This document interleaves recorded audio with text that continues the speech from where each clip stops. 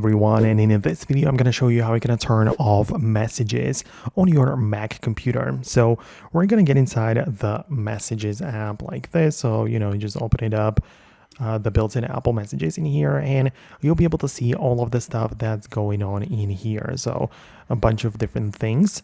But when you go to the left panel of the display like that, you're going to see the messages are right there. So you can expand the messages and proceed to the settings. So click on the settings in here. This makes the general settings page appear like that. And in here, you get to manage some things about yourself. But I want you to switch from the general to the iMessage section. And in here, you can click on a sign out.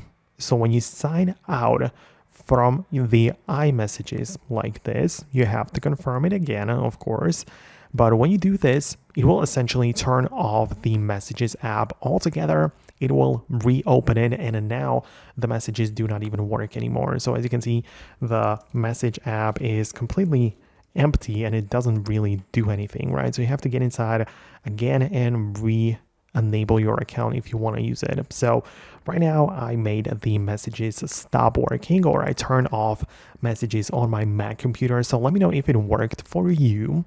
Subscribe for more tutorials and videos like this one, and I'll see you later in the future uploads.